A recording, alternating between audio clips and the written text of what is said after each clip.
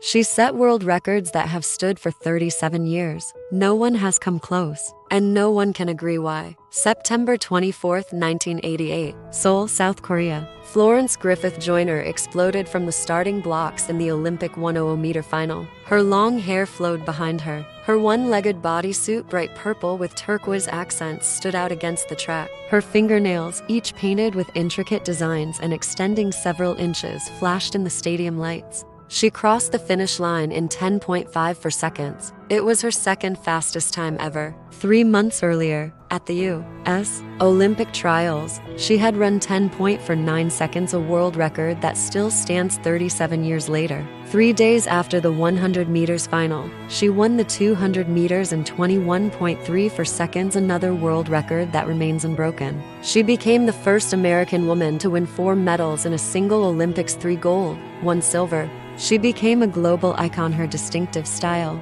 her impossible speed, her confident smile. She was 28 years old, at the absolute peak of human athletic achievement, and almost immediately, people began asking, how? Florence Griffith was born in 1959 in Los Angeles, the 7th of 11 children. She grew up in the Watts neighborhood, not wealthy, not privileged, but surrounded by family and community support. She started running at age 7 in Sugar Ray Robinson Youth Foundation track programs. She was immediately fast, but not impossibly so, just talented. Through high school and college at Cal State Northridge, then UCLA, she was good, competitive. She made the 1984 Olympics and won a silver medal in the 200 meters. But she wasn't dominant. She wasn't record-breaking. She was a solid, accomplished sprinter among other solid, accomplished sprinters. Then, between 1984 and 1988, something changed. She married Joyner, Olympic triple jumper and brother of Jackie Joyner Kersey, in 1987. She began working with a new coach. She transformed her training regimen, and suddenly, in 1988,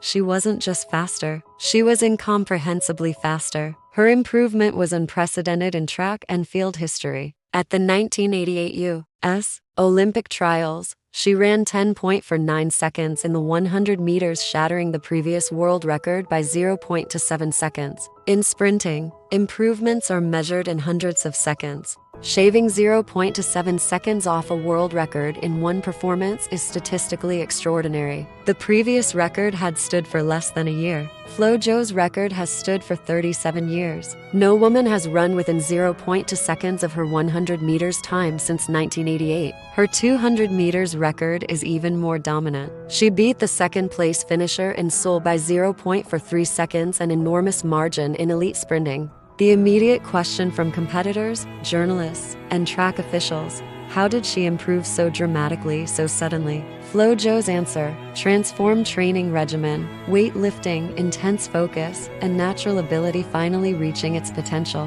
Her critics' answer: performance-enhancing drugs. The accusations began almost immediately and continued throughout her career and after her death. The evidence presented by accusers: unprecedented improvement, muscular physique transformation, sudden retirement in 1989 right before stricter drug testing protocols, records so far ahead of everyone else they seem impossible. Some competitors' open accusations. The evidence in her defense: never failed a drug test, tested frequently during her career. USAC and IAAF confirmed all tests were negative. Documented intensive training regimen. Weight training explained muscle development, genetic gifts. Her brother-in-law and sister-in-law were Olympic athletes. This is where the story becomes impossible to resolve definitively. FloJo maintained her innocence until her death. She passed every drug test. No evidence of doping was ever produced. But the margin of her records, the sudden improvement, and the timing of her retirement created suspicion that never disappeared. The International Olympic Committee investigated in 1989. They found no evidence of doping. Various journalists investigated.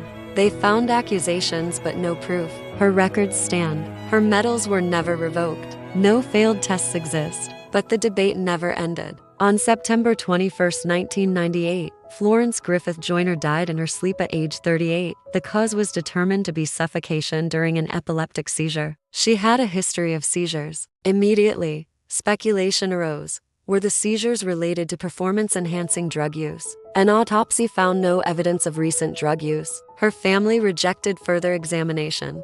Medical experts note that while some performance-enhancing drugs can contribute to seizure disorders, epilepsy has many causes and can't be definitively linked to drug use without evidence. So even her death became part of the unresolved debate. What remains indisputable? Florence Griffith Joyner was extraordinary beyond her athletic achievements. She brought unprecedented style to track and field. Her one-legged bodysuits, her long decorated nails, her flowing hair, she made sprinting visually dynamic in a sport that had been conservative in presentation. She proved that athletic excellence and personal style weren't contradictions. That you could be the fastest woman in the world while wearing purple and turquoise and having inch-long painted nails. She faced criticism for being too flashy, too feminine, too concerned with appearance. She ignored it and kept winning. After retirement, she worked with children's fitness programs. She designed athletic wear. She served as co-chair of the President's Council on Physical Fitness and Sports. She used her platform to encourage young girls to pursue sports without sacrificing their personalities or style. She showed them you could be powerful and expressive, fast and fashionable, competitive and creative. That legacy is uncomplicated and uncontroversial. But the other legacy, the records, the accusations, the unresolved questions, remains complex. 37 years later,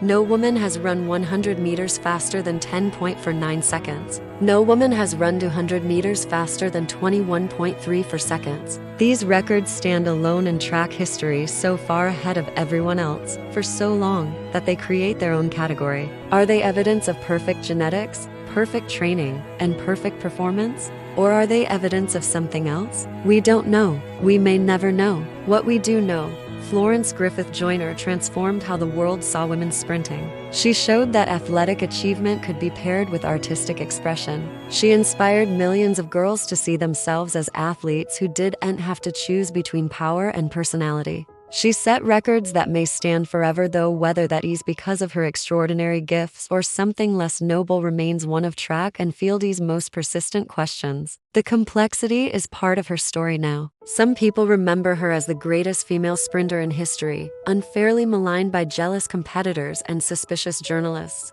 Others remember her as a talented athlete whose achievements are permanently tainted by unanswerable questions and unprecedented margins of victory. Most people remember both the incredible athlete with the distinctive style and the records that seem too good to be true. Florence Griffith Joyner didn't just win races. She turned them into performances that 37 years later remain unmatched, unexplained, and unforgettable. Whether that's inspiration or caution depends on which part of her legacy you choose to emphasize.